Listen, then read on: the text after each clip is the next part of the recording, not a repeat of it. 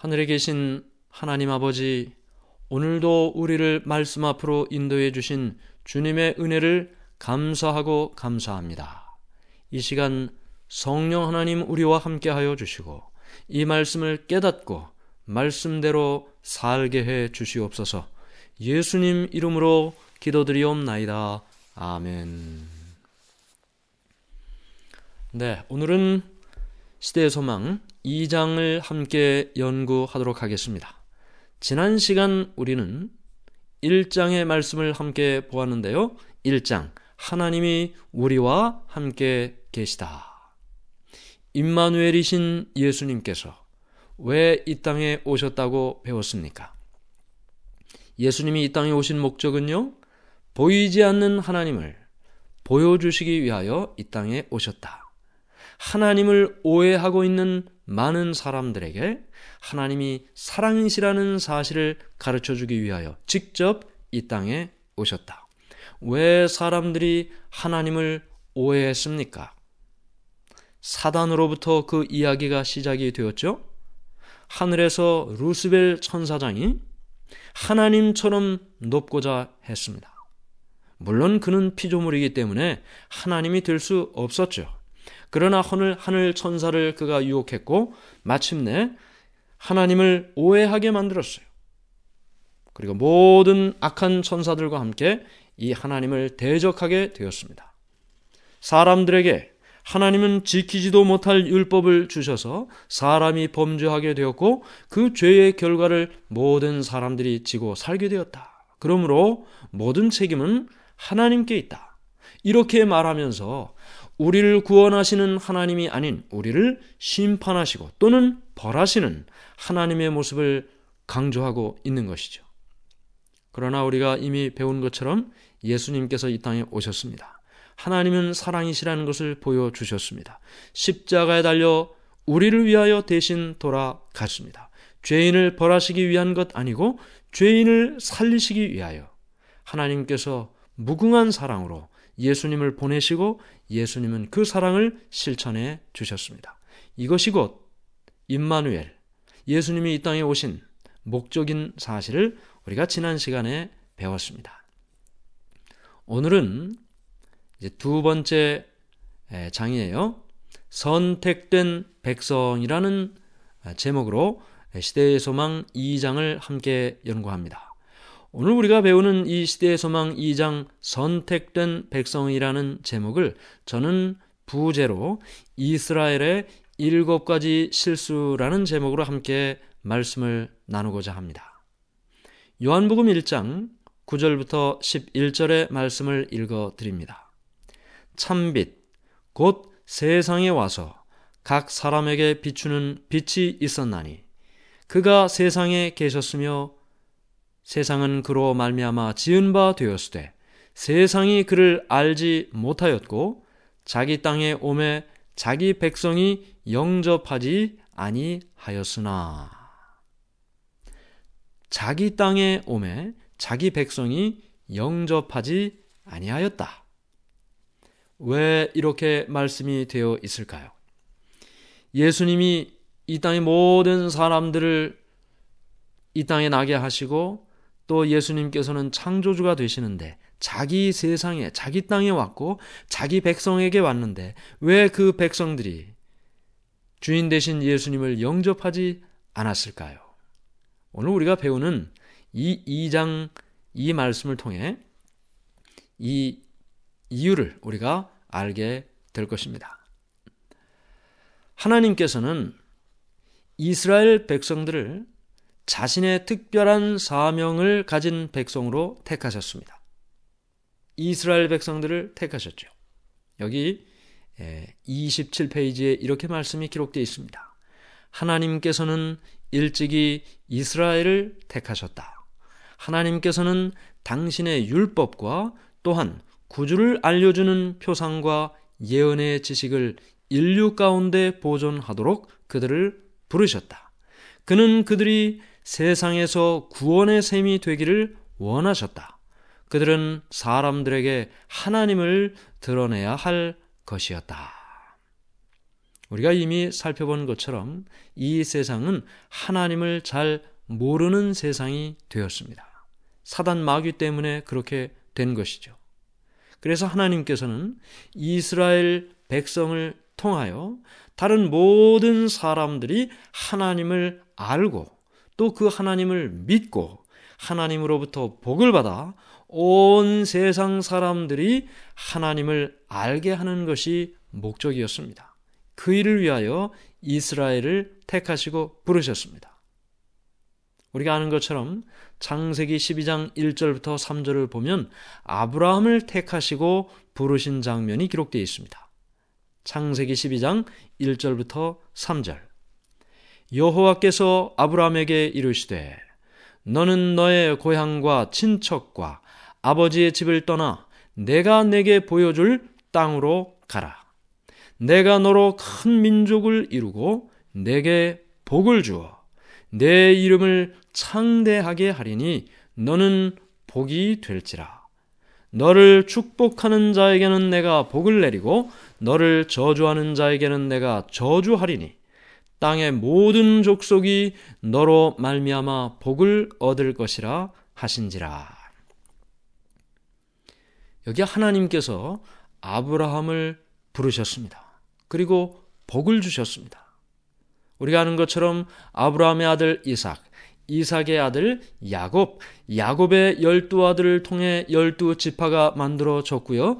오늘날의 이스라엘이라는 나라로 형성이 되게 되었습니다. 그러므로 하나님께서 아브라함을 부르시고 그에게 복을 주셨다는 것은 곧 그의 후손들을 통해 이루게 되는 이스라엘을 택하시고 복을 주셨다는 것이죠. 그런데 하나님께서 그에게 주신 복의 목적이 무엇입니까? 하나님께서 이스라엘 백성들에게 복을 주시겠다고 하신 목적이 무엇입니까? 그것은 이스라엘 백성만 복받고 살라고 한 것이 아니고요. 다른 모든 이방 백성들이 이스라엘을 복주시는 하나님을 믿고 이스라엘처럼 모두가 복받도록 하기 위해 아브라함을 통해 이스라엘에게 복을 주셨다는 것입니다. 다시 말하면 이스라엘에 받은 복은 이방인에게 주기 위해 받은 것이다. 예수님께서 사람에게 복을 주기 위해 하나님께로부터 능력을 받았습니다. 지난 시간에 우리가 다 배웠습니다.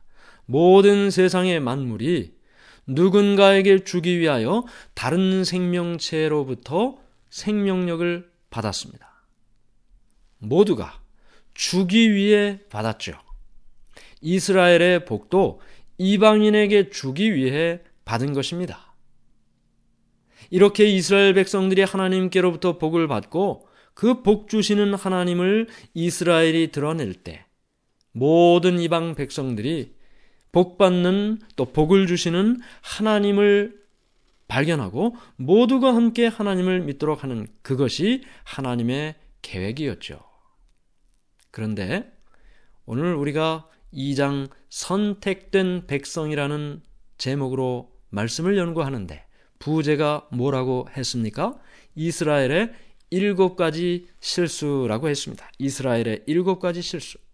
하나님께서 이런 목적으로 이스라엘 백성들을 선택했음에도 불구하고 결과는 하나님의 목적을 이루는데 그들이 실패했습니다.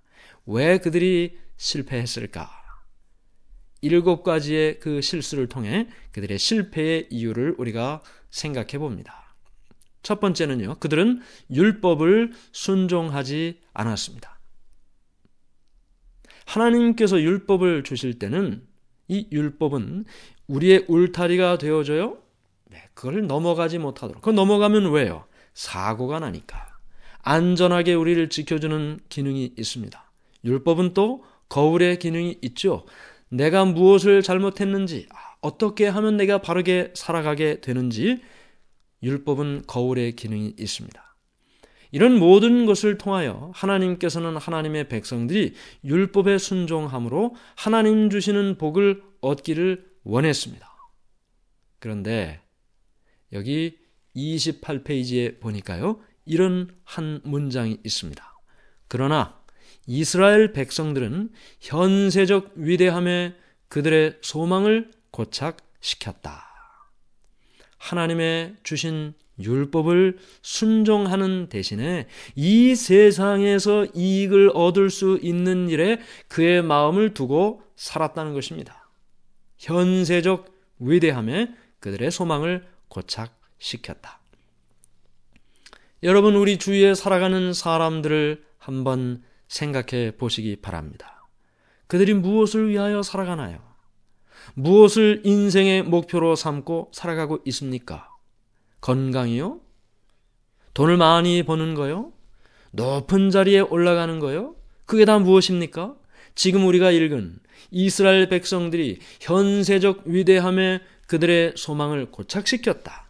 그 말과 똑같은 말이죠.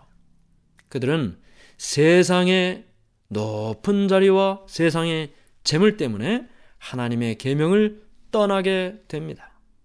이방 풍습을 쫓아 태양신을 섬기고, 그래서 태양신을 섬기면서 곡식에 많은 수확이 맺기를 소망하며 그들은 우상 숭배를 하게 되었습니다. 현세적 위대함에 그들의 소망을 고착시켰다. 이렇게 계명을 떠나 이방 풍습을 쫓고 있을 때 하나님께서는 어떻게 보셨을까요? 그들이 지금 올바른 길로 가지 않고 있는 것을 하나님께서 보시고, 하나님께서는 그들에게 올바른 길로 가도록 그 기별을 전할 자로 선지자를 보내셨습니다. 그 길이 하나님께서 원하시는 길이 아니다. 그 길이 내가 복을 받는 길이 아니다 하며 하나님께서 선지자를 통해 말씀을 전해 주었지만 이스라엘 백성들은 어떻게 반응했습니까? 선지자를 무시했습니다. 그 기별을 거절했습니다. 여러 세월 동안 그와 같은 일이 이르렀을 때 하나님께서는 어쩔 수 없이 주위에 있는 이방 나라를 통하여 이스라엘에게 핍박과 박해와 고난과 징계를 허락하십니다. 그래서 여러 시대를 통해서 주위에 있는 하나님을 알지 못하는 나라들로부터 고난을 받죠. 핍박도 받고 마침내는 포로로 잡혀가 먼 나라까지 포로로 잡혀가는 신세가 됩니다. 그래서 바벨론으로 잡혀가 그 유대 땅을 떠나 저 바벨론 땅, 외국 땅, 이방 땅까지 잡혀가게 되었습니다. 그런데요, 그렇게 고통스럽게 힘들게 멀리 포로로 잡혀갔을 때 그들은 그들의 마음속에 왜 자신들이 이와 같은 일을 겪고 있는지 생각하게 되었어요. 하나님의 말씀으로부터 떠나간 그들의 삶이 오늘날 이와 같은 일을 갖게 되었다라는 사실을 생각하게 되었어요. 그래서 그들이 흩어져 이방 땅의 포로로 흩어져 있었지만 그 가운데에서도 하나님의 언약에 대한 그들의 충성심을 다시 일깨우게 됩니다. 말씀에 순종하게 되죠. 여기 이렇게 말씀이 기록되어 있습니다. 같은 28페이지에 그들은 바벨론에 종속되어 이방 나라들 가운데 흩어지게 되었다. 많은 사람이 고통 가운데서 하나님의 언약에 대한 그들의 충성심을 새롭게 하였다. 네, 그들이 이방 땅에서 하나님께 대한 충성심을 갖게 되었습니다. 그들이 원래 하나님께서 주신 율법에 순종함으로 그 순종함으로 복을 받고 그렇게 받은 복을 모든 이방 나라 사람들이 보면서 하나님을 믿는 것이 하나님의 계획이었는데 지금은 어떻게 됐어요? 지금은 이방 나라 사람들이 포로로 잡혀온 이스라엘 백성들이 하나님께 충성심을 새롭게 하는 그 모습을 보면서 하나님을 배우게 되었습니다.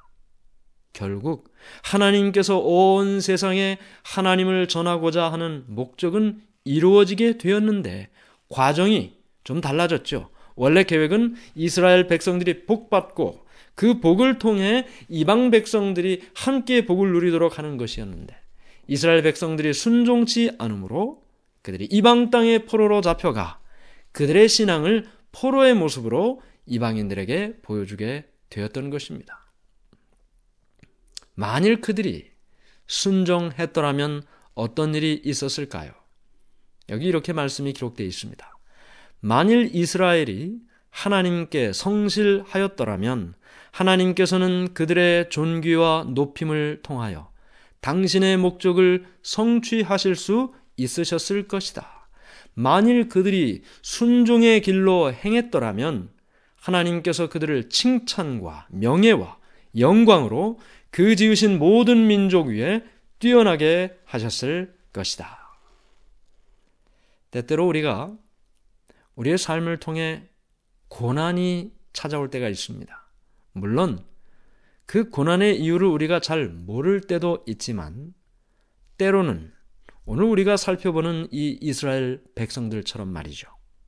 하나님께서 우리에게 기대하시는, 하나님께서 우리에게 목적하시는 그 뜻을 이루기 위하여 우리에게 어떤 사명을 주셨는데, 또는 어떤 말씀에 순종할 기회를 주셨는데, 우리가 현세적 복에, 현세적 위대함에 소망을 고착시킴으로 말미암아 하나님께서 어쩔 수 없이 우리에게 고난을 허락하심으로 우리가 하나님께서 목적하시는 그 일을 이루도록 인도하실 때가 있습니다. 우리의 인생을 생각해 볼 때 하나님께서 과연 나에게 목적하시는 것이 무엇인지, 하나님께서 내게 기대하시는 것이 무엇인지, 하나님의 뜻을 발견하고 그 뜻을 순종하고, 그리고 우리가 축복을 받고 그 일로 말미암아 또 다른 사람들에게 하나님의 능력이 전해진다면 그것은 바로 하나님께서 우리에게 목적하시는 과정이 될 것입니다. 그러나 만일 우리가 그 일을 순종하지 못해 다른 길에 가 있다면 하나님께서는 어쩌면 우리를 바른 길로 인도하시기 위해 우리의 인생 속에 꼭 필요한 그와 같은 고난을 허락하시기도 하는 것이죠. 오늘 이 율법을 순종하지 않았던 이스라엘 백성의 모습을 보면서 우리의 삶을 다시 되돌이켜보는 우리의 삶이 되기를 간절히 바랍니다. 자, 첫 번째 그들의 실수는 율법을 순종치 않은 것이었습니다. 두 번째, 그들의 실수는 무엇인가? 잘못된 동기로 율법에 순종했다는 것입니다. 자, 이렇게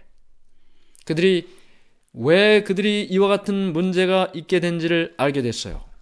그래서 그들이 하나님께 순종하고 하나님의 말씀에 순종하는 것이 중요하다는 사실을 깨닫게 되었습니다. 내가 이런 문제와 어려움을 겪지 않으려면 하나님의 말씀에 순종해야지 하고 생각하게 됐어요. 그런데 그들이 그런 과정을 통해서 하나님의 말씀에 순종하기는 했습니다. 그런데 동기가 잘못됐어요. 여기 말씀에 이렇게 기록되어 있습니다. 마침내 그들은 그들의 번영은 하나님의 율법에 순종하는 데 달렸다는 확신을 갖기에 이르렀다. 그러나 너무도 많은 백성들에게 있어서 순종은 사랑에서 우러나온 것이 아니었다. 그 동기는 이기적이었다.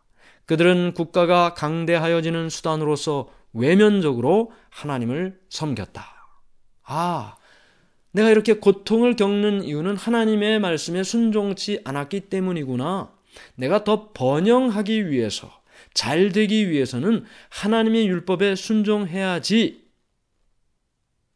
그들의 동기가 사랑으로 하나님의 율법에 순종하는 것이 아니고 자신이 좋은 결과를 얻기 위해 율법에 순종하게 된 것, 이것이 문제였다는 것입니다. 왜 이것이 문제인가? 우리가 지난 시간에 사랑은 사랑을 통해서만 일깨워진다라는 말씀을 보았습니다. 명령으로 사랑하게 되지 않는다 그랬어요. 그런데 오늘 지금 우리가 살펴보는 이 말씀은 하나님을 사랑하는 그 사랑에서부터 이 율법의 순종의 시작이 되어야 한다는 것입니다. 하나님께서 나를 사랑하시는 것이 너무 감사해서 하나님께서 내게 말씀하시는 것을 내가 순종하기 위해 내가 할 수 있는 최선을 다한다. 내가 내 아내를 사랑한다면, 내 남편을 사랑한다면, 내가 내 부모와 자녀를 사랑한다면 원하는 그것을 하지 않겠습니까? 그런데 그들의 동기가 잘못됐다는 이유는 무엇인가? 고통받지 않으려고 하나님을 믿는 사람들 있습니까? 있습니다. 예, 내 인생에 고통스러운 일 일어나지 않으려고 하나님 믿는 사람들 있습니다. 심지어는 지옥 가지 않으려고 하나님 믿는 사람 있습니까? 있습니다. 혹시 이 지옥에 대하여 아직 분명한 말씀을 배우지 못하셨다면 새벽 성서학교 믿음반을 통하여 성경에서 이야기하는 지옥이라는 단어가 무엇인지 정확하게 깨닫게 되시길 바랍니다. 성경에는 끊임없이 영원히 그 죄인을 불태우는, 죽지도 않고 끊임없이 불타는 그런 것이 없다고 성경은 말하고 있어요. 그런데도 얼마나 많은 사람들이 아직도 그와 같은 지옥이 있다고 믿고 있고 그 지옥에 가지 않으려고 하나님을 믿고 있습니까? 무당 믿는 사람과 뭐가 다를까요? 무당 푸닥거리 하면 어떻게 합니까? 덩덩덩두쿵 하면 어떻게 하나요? 비나이다 비나이다. 무당이 복채가 더 필요하다 그러면 또 돈을 거기다 놓고 계속 빌고, 뭐 하기 위해서? 그 신의 노여움을 풀어주기 위해서, 나한테 화나 있는 그 분노하는 신을 달래서 내 앞길에, 내 자녀들의, 내 삶에 좋은 일만 있도록 하기 위해 신앙하는 것, 그것과 무엇이 다른가요? 나의 번영을 위하여 하나님의 율법에 순종한다면 이 모든 잘못된 신앙생활과 조금도 다르지 않은 것입니다. 오늘 우리가 하나님을 왜 믿고 삽니까? 여러분은 왜 교회에 나가십니까? 왜 성경을 읽고 있나요? 왜 말씀을 듣고 있습니까? 그 모든 일들이 혹시 내가 그저 건강하고 온 가족들이 잘 되기를 바라는 마음, 그것 때문이라면 우리의 동기가 잘못된 것일 것입니다. 하나님이 어떤 분이신지, 하나님께서 우리를 얼마나 사랑하시는지, 그 사랑을 더 알기 위하여, 하나님의 사랑에 반응하기 위하여 우리가 말씀을 읽고 기도를 드리고 또 신앙생활을 한다면 우리가 올바른 신앙의 길을 걷고 있는 것이겠죠. 하나님께서 여러분을 사랑하십니다. 그 사랑에 반응하며 살아가는 우리 모두가 되기를 간절히 바랍니다. 하늘에 계신 하나님 아버지, 하나님의 은혜를 감사하고 감사합니다. 하나님께서는 세상의 모든 사람들을 구원하시기 위해 한 백성을 선택하셨습니다. 비록 그들이 자신의 목적을 위하여 이 땅을 살아가고 자신의 꿈을 이루기 위하여 이 땅을 살아가며 하나님 주신 율법을 순종치 않고 많은 고난 끝에 마침내 율법에 순종하는 길을 걷지만 잘못된 동기로 율법에 순종하는 모습을 우리가 보았습니다. 하나님을 믿는 백성으로서 올바른 길을 걷게 해 주시고 말씀을 따라 하나님을 올바로 이해할 수 있도록 인도해 주시옵소서. 오늘도 우리를 사랑하시는 예수님 이름으로 기도드리옵나이다. 아멘.